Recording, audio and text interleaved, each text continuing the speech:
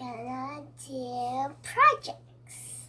Yes. So Cassey has a project at school because they're gonna be celebrating their 100 days of being a kindergarten. So we're going to do a project. But before that, and also we're gonna be showing you the stuff that we got from the dollar store. So whenever she has a project, I always try to buy it at the dollar store because there are tons of choices, selections of different kinds of arts, crafts, and something, and it's so cheap. Every item is only like $1. So, bago ko ipapakita yung mga binili ko sa dollar store, may ikukwento muna ako. So nung tingnan ko yung mga list na dapat kong bilhin para sa project ni Cassey, may nakalagay doon na poster board. So, iniisip ko, ano ba yung poster board? I was thinking na illustration board, yung bang white at saka black yung nasa white at saka black yung nasa likod. So that was what I was thinking, or maybe another kind of board. Tapos hindi ko talaga, so nagtanong ako sa asawa ko, ano ba yung poster board, kasi hindi ko alam yun. Tapos sabi naman niya, no, it's a poster board, you can write something and then you can put some pictures in it. And I was like, yeah, but I want to know, that way I can just go to the store and then I will just grab it. But then sabi niya, yeah, but you can just find it. It's like a big thing. And I'm like, okay, I'm just gonna Google it. So I tried to Google it para makita ko talaga kung ano yung itsura. Tapos nung ginugol ko, hindi naman siya clear. So pumunta na lang ako sa store. So pumunta ako, tapos nakita ko na lahat ng mga kailangan ko. Pero itong poster board, hindi ko pa talaga nakita. Tapos sabi ko sa sa associate na yung associate naman, Mexican siya. Tapos tinanong ko kung saan ko ba makikita yung poster board. So, tapos, ayun, naghanap kaming dalawa. Tapos, hindi talaga namin makita kung ano yung poster board na yun. Luckily, papunta na sana ako sa cashier, tiningnan ko yung mga iba't ibang kulay, kasi neon siya. Tapos, nakita ko, poster board. Sabi ko, oh, nandito lang pala. Sabi ko sa tindera. Nandito lang pala. Nang makita ko, ay nako, ito lang pala siya. Cartolina. So, I felt like, I felt so stupid. Like, I was just shaking my head. Like, not stupid, but, I was like, man, talagang pinahihirapan ako. Pero yun lang pala, Cartolina lang pala yung poster board. So, isa yun sa mga na-experience ko na natatawa talaga ako kasi hindi ko alam na yun pala yung English term. Tapos very simple pero hindi ko alam kung ano English term. So anyways, we're going to show you today what we got at the dollar store. So Cassey is also going to help me. Okay, let's put this one in here for now. Okay. Take down a note for me. So okay, so ito yung mga nabili namin at the dollar store. Every item is only like $1. So 49 pesos or 50 pesos. So gusto ko talaga ng mga ganun. Parati akong bless you. So parati akong pumupunta sa dollar store.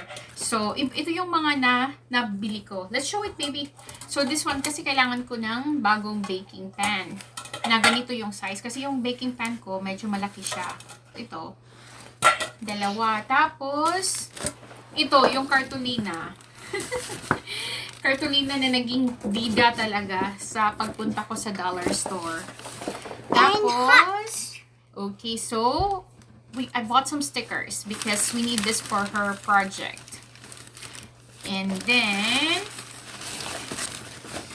we have this because St. Patrick's Day is coming. That would be in March. Just grabbing some stuff.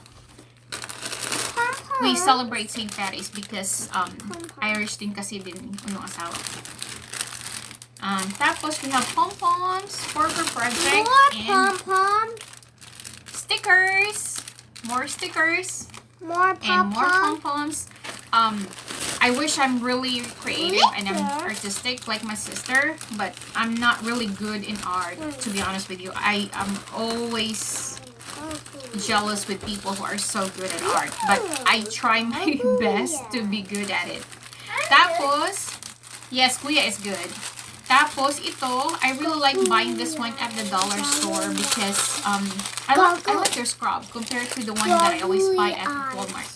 Okay, and then, what is that one, babes?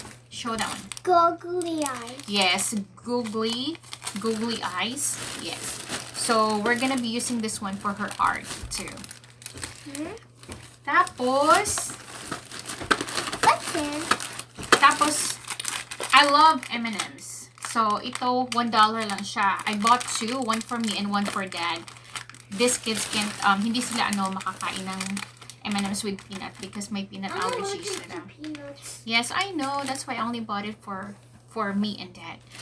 And this one, I bought a buzzer. Kasi kapag may game kami, I will try to use this one for them. I think it's not working. Oh, yeah, here it is. Tapos, So many PJ so, Masks. Kuya is on fraction right now. So, that's one thing I like about the dollar store because marami silang they have a lot of selections when it comes to exercises for your kids. Like multiplication, division, what other stuff. Sight words, they have a lot and it's just so cheap, you know what I mean? Like even if, they move up to another level or another grade and then you don't need to use that one. So it's not really, it doesn't hurt you that much kasi hindi siya ganun ka mahal. So ito, mga exercises lang ni Kuya. Tapos ito na impress talaga ako. Tapos may glue. So pretty. Tapos ito yung para sa mga wood or sa cloth na glue. Tapos ito yung pinaka na-impress talaga ako. I usually buy books at Amazon. I usually buy it for like $3 or $4 each book. And also I joined the I Can book club. And that one I get like 4 books. 4 na books for I think 1,200. 4 lang. So mahal siya. Pero na-shock ako nung pumunta ako kahapon kasi meron din pala silang level 1. Ngayon ko lang din nakita. So, ito, $1 lang siya. Tapos, level 1. And, when I saw this one... Peanuts. Yes, you can have that one. So, when I saw this one, talagang na-shock ako kasi $1 lang siya. Tapos, paborito to ni Cassey. Cassey is a big fan of PG Masks.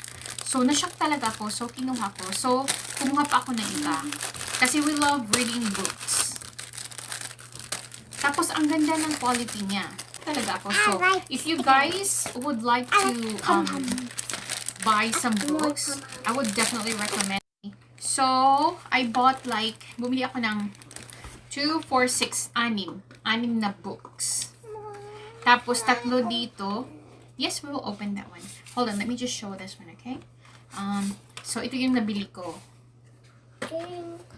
Diba ang ganda? Tapos, $1 lang siya. So, nakasave talaga ako.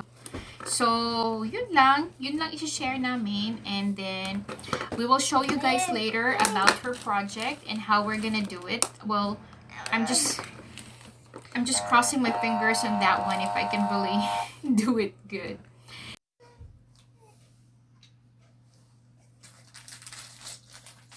I still goggly eyes. Yeah. That's cute, yeah. Big one. Mm-hmm. But we only need tinies. Yeah, but remember, some trolls, they only have one eye. And then, we're actually trying to make trolls right now. Eyes. Yeah, no, I said some. Some only have, some of them have one eye. And some, most of them have 2 eyes. So, we can make use of the big, I'm making 2 pom-poms for each hair. Mm-hmm. Okay, so it's gonna take a while before we're gonna be done with this project, and we're just Poppy. Oh, I don't know. yeah, Poppy, Queen Poppy. We love trolls too. Okay, then we're just gonna show them. Yeah, I still love both. I love both. Where's scissors? But I think it's on the side. Very big fan of Trolls. I'm a big troll fan. Okay, we're gonna show them later after we're done with this project. So we are actually making I'm trying to make the big guy. 100 trolls. Well, that's nice, Kuya, because you have different colors on the head. But just be careful because we might run out of the, how do you call this one, the pom-poms. Are you having fun, Cass? Yeah, here's Mr. Dinkles. I'm trying to. Hi. Oh, okay. Do you remember her? Yeah, the Rock Queen. Cool. Thank you so much for watching, and I hope that you would subscribe our channel, Cassey and Mama's channel, and click on the notification bell so you will be updated sa mga bagong videos namin.